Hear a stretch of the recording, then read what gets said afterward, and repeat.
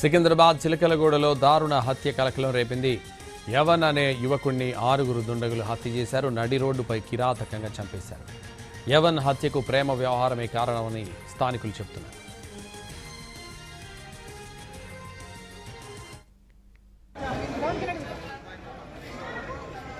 సికింద్రాబాద్ చిలకలగూడలో దారుణ హత్య కలకలం రేపింది. యవన్ అనే యువకుణ్ణి 6 దుండగులు హత్య చేశారు.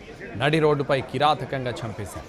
యవన్ హత్యకు ప్రేమ వ్యవహారమే కారణమని స్థానికులు చెబుతున్నారు.